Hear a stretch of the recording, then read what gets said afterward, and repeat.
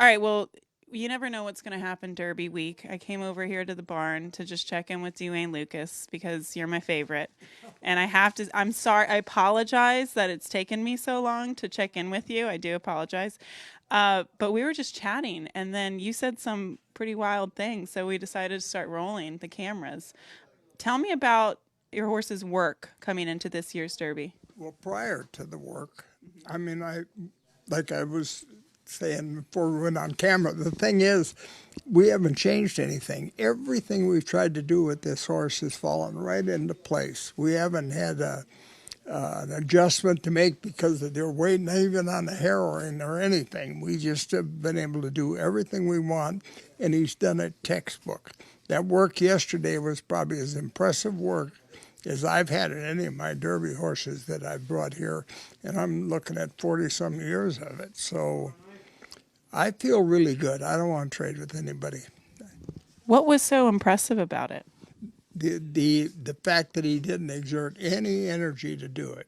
He went 47 and changed, 59 and 2, and galloped out in 122, and it probably was easier than most of his morning gallops. He just was totally relaxed, walked off the track like, well, we'll do a little more tomorrow. I love the. By the way, don't ignore that.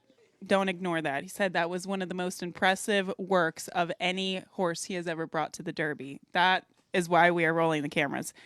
I think this is a really crazy dynamic. You have Nick Juarez, young kid, never ridden the Derby before. This is not your first rodeo going into the Derby.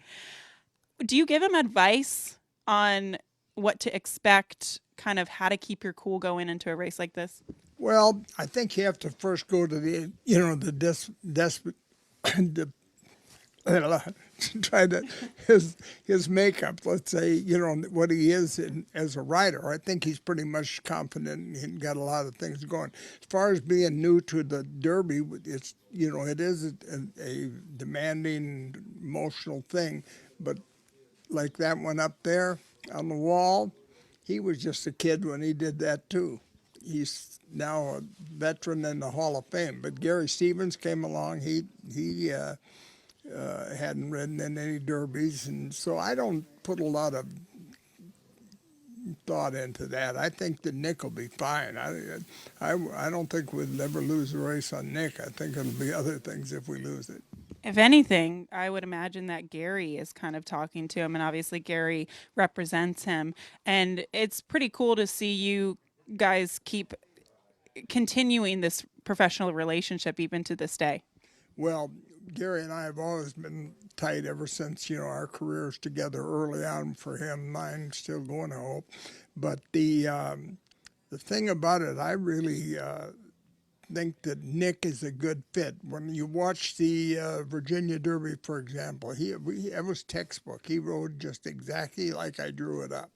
And the result was what we wanted. And ever since then, he's worked him a couple times, and he's getting along awfully good with this horse.